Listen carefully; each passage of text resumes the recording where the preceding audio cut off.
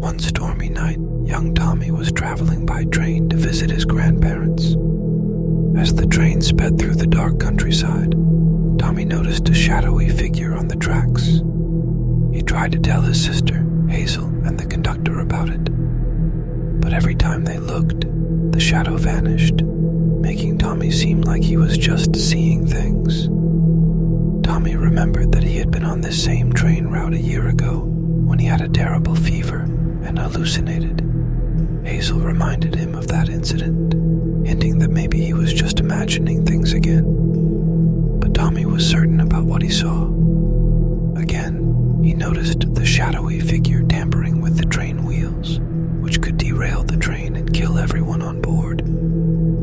Despite his pleas, the only one who seemed to take him seriously was an old mechanic who promised to check the wheels at the next stop. Meanwhile, the train guard forced Tommy a sedative to try and get him to relax.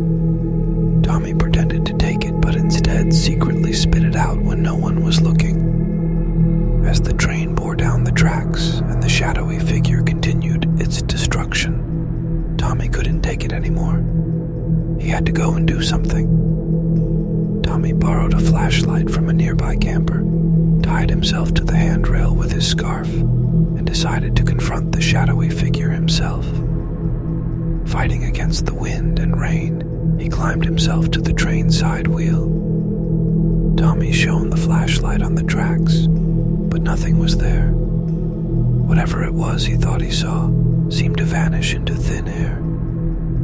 Tommy was apprehended by security as a danger to himself and the other passengers on board. When the train finally reached its destination, everyone was convinced that Tommy just had another episode.